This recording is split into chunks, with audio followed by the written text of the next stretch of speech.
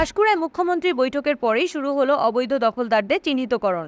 Reporter সমরেশটায়, Kolkata. আজ 30শে June রবিবার পাঁশকুড়ায় মুখ্যমন্ত্রী বৈঠকের শেষে অবৈধ দখলদারদের চিহ্নিতকরণ শুরু হলো।